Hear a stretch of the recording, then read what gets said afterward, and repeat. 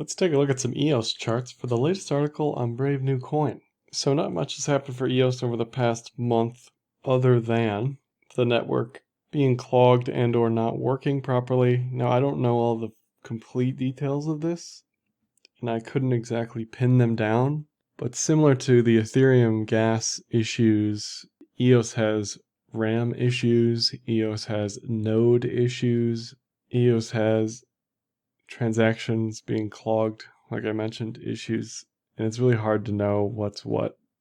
The network's a bit of a mess. I mean, it was so bad that Coinbase shut down withdrawals for a month, basically. So if we look at just where EOS sits among the top 10 to 12 or so landscape, it's sort of sandwiched in between LTC and BNB, two very different currencies. Again, this stuff acts together from a market cap perspective, not necessarily like a sector or type perspective. So if LTC and BNB start to do well, I expect EOS to do well, even though it may not be deserving, even if XTZ pops up a little bit.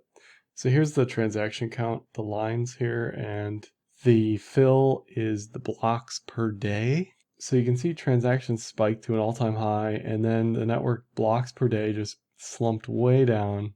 And this is just a way of visually understanding what happened here. The network just got super clogged, and then nobody could send transactions. Blocks weren't confirming. It was a bit of a mess. Visually, what I'm seeing here tells me, blocks per day are back to where they were before this spike. Transactions certainly aren't. So it'll be interesting to see if this is finally an organic representation of what's going on for EOS versus this madness, which may or may not have been spam related, unsustainable. Time will tell.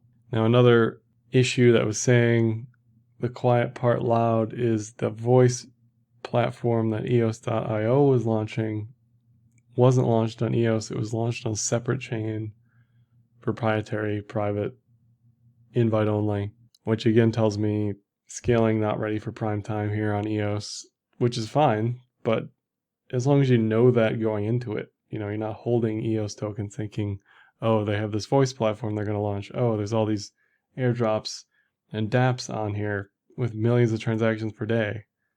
There's much more than meets the eye here because scaling is a major issue for EOS. And if we look at the dapps, it's kind of the opposite of what ETH is right now. So this is all gambling, pretty much gambling and exchanges. Now ETH is the other end of that spectrum where it's all DeFi related stuff. EOS benefits from transaction fees being essentially nothing, but it continues to have scaling issues. Let's take a look at some price charts, technical side of things. As usual, the BIFNX long short ratio, which is completely blown out to the long side, just sitting at all-time highs. Definitely a long squeeze in the making when it happens. Doesn't look like it's going to happen anytime soon. We would basically have to drop below this low, I think. It looks like longs were added up here and have essentially been underwater since May 2018. Now this may be just people recycling, new people adding longs just as much as the people who are already long are taking those off. But I think it's safe to say most of the longs are here in this region around $6-7.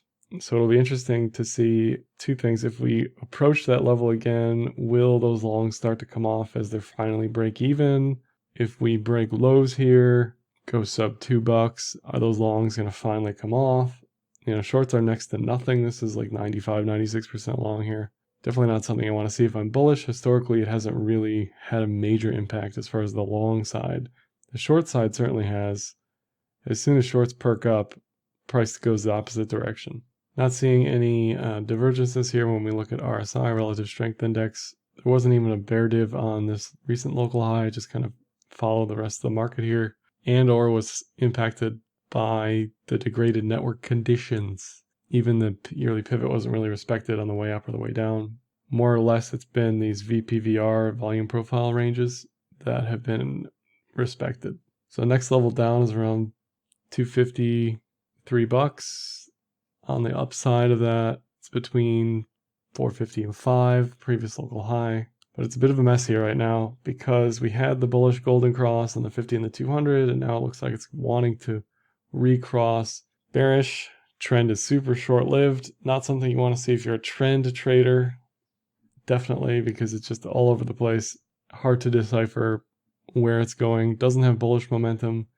Doesn't really have bearish momentum, but it's on the underside of the 200-day moving average. And something that's particularly concerning if you're bullish is the return of price back in this pitchfork, which is calling for basically a 160 or 165. You know, this zone of support, gravity's down here, pulling it back to this median line on this pitchfork.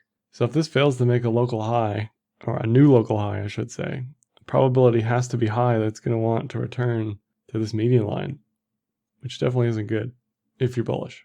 And it's interesting how these voice announcements were all the local highs here. So if we get like a voice mainnet launch on EOS, I'd expect price to perk up. I don't think that's going to happen anytime soon, but that's what I'll be looking for. And on the cloud, again, a bit of a mess. It's going to get a bearish TK cross soon above the cloud. That's a long close signal. So going forward, what I'd want to see is price perk up back above the cloud with a bullish TK recross. That's your go long signal. That's what I will be waiting for. So it didn't have this Kijun bounce stuff where it had bullish continuation. At this point, it's just resetting any bullish momentum it had, and it's going to need some time to figure itself out. Looking at EOS BTC, much of the same.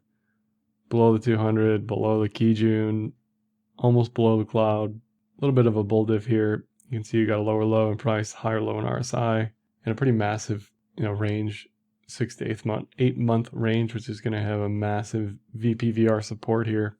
So it's unlikely to just shoot below this range, but it's going to be important to watch how it behaves in that range. If it continues to consolidate to the bearish direction, it's going to take some people buying lows to hold this up. Otherwise, it's definitely in a threat of retracing to 23,000 sats. But again, you're waiting for that. If you're bullish, you're waiting for the bullish TK cross above cloud again as price perks up a little bit.